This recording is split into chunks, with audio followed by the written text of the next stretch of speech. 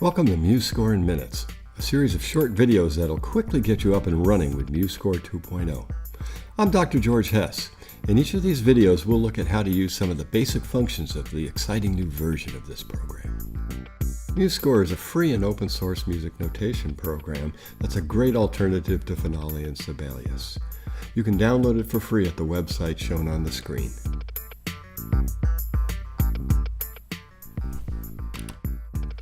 Lesson 10, Articulations, Dynamics, and Text.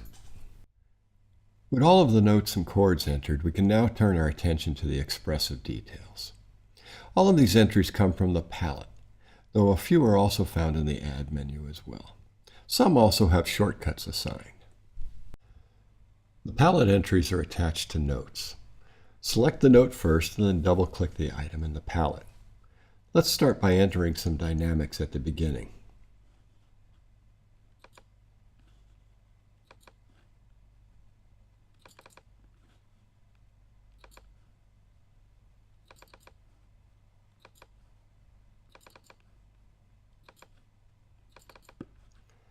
You can adjust the dynamics by dragging them, but it's usually better to go over here and use the inspector and use the offsets.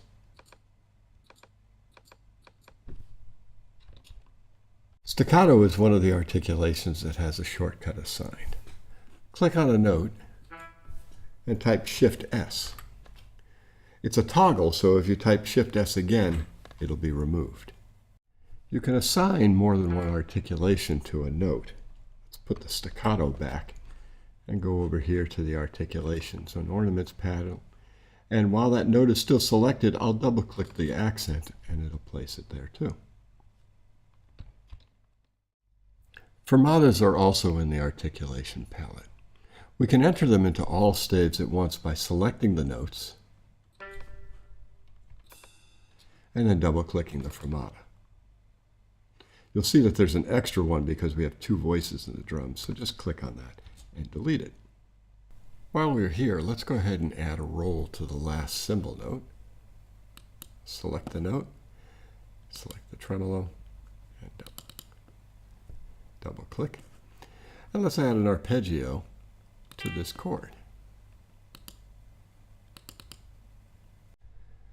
I'd also like to add a decrescendo right here on this very last line. And it's a line, so we select the palette, double click it, and then use Shift and right arrow to extend it to the end of the line. Slurs are also in the line palette and are entered in the same way.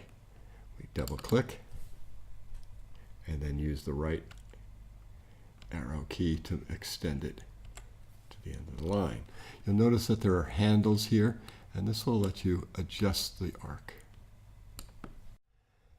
The various types of text can be entered from the palette, the Add menu, or using a shortcut. One special text entry is swing.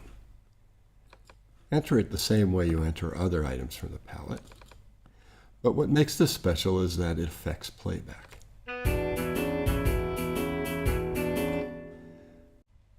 Now let's add a tempo marking. Select the tempo palette, select our first note, and double-click a tempo. Move that out of the way, and now we can double-click it to edit it. We don't actually want to see that. It's going to be a little cluttered, so we'll just click the visible button in the inspector, and it will not print out. Finally, let's add a rehearsal mark.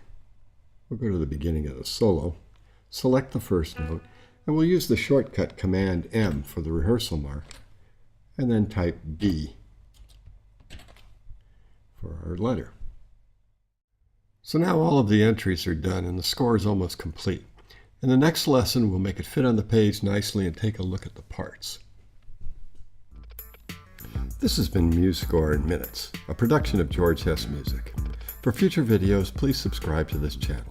And for information about music technology training and clinics, please visit our website. Thanks for watching.